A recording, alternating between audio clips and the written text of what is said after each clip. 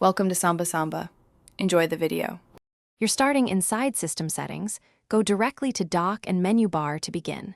You need to stop external display rearrangements and universal control if active so the dock won't jump around. Once done, choose a dock position, left, bottom, or right, and set icon size roughly where you want it. This immediately affects spacing and hover behavior.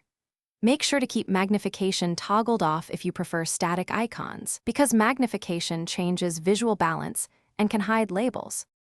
Now refine appearance and behavior by adjusting icon size and magnification. Larger icons improve discoverability, while magnification helps hover selection.